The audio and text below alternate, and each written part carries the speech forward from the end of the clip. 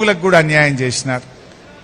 మొన్న డీజీపీ గారు అన్నాడు, కొత్త డీజీపీ సివి ఆనంద్ పోలీస్ శాఖలో 19,000 ఖాళీలు ఉన్నాయన్నాడు. కానీ మొన్న రేవంత్ రెడ్డి సెకండ్ జూన్ నాడు ఏమంటుండు, 5,000 కానిస్టేబుల్ ఉద్యోగాలకు నోటిఫికేషన్ ఇస్తామంటాడు.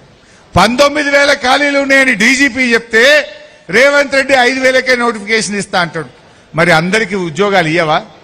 ఖాళీలున్నా ఈ నిరుద్యోగ యువత ఎన్నో ఏళ్లుగా ఎదురు చూస్తా ఉన్నారు. ఆనాడు కేసీఆర్ గారు ఒక్కటేసారి 17,000 కానిస్టేబుల్ ఉద్యోగాలను నియామకం చేసిండు, నోటిఫికేషన్ ఇచ్చిండు. 17,000 ఖాళీలుంటే 17,000 నింపిండు కేసీఆర్.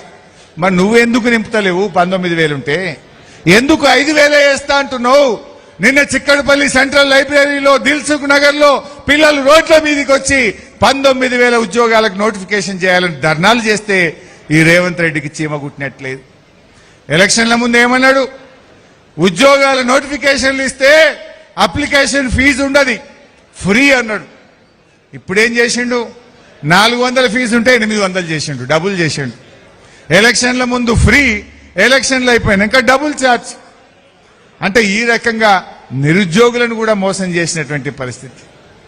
ఎవరిని నువ్వు మోసం చేయలే. రైతులకు మోసం, మహిళలకు మోసం, విద్యార్థులకు మోసం, నిరుద్యోగులకు మోసం, అన్ని వర్గాలకు మోసం చేశాడు. ధరలు మాత్రం పెంచుతున్నాడు.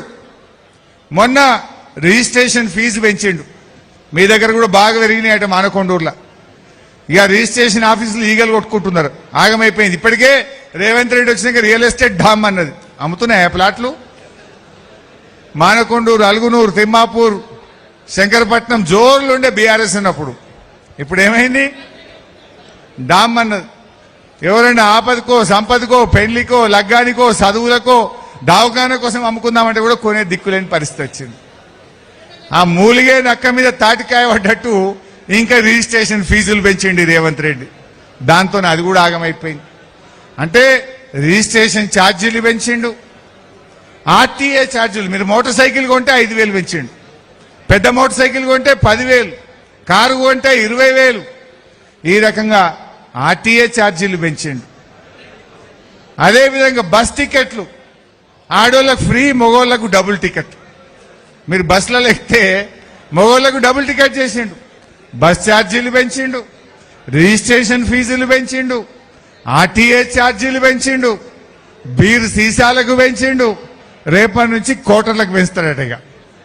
ఇక విస్కీకి పెంచుతాడట. ఈ వారం పెంచుడు, దంచుడు, కమిషన్లు కొట్టుడు. గిది తప్ప ప్రజలకిచ్చిన హామీలు ఏమైనా అమలవుతున్నాయా? ప్రజలకిచ్చినవి మాత్రమే అయితలేవు, అన్ని అబద్ధాలే. బీఆర్ఎస్ అధికారంలో ఉంటే పెద్ద జీవన్ రెడ్డి గారు చెప్పిండ్రు,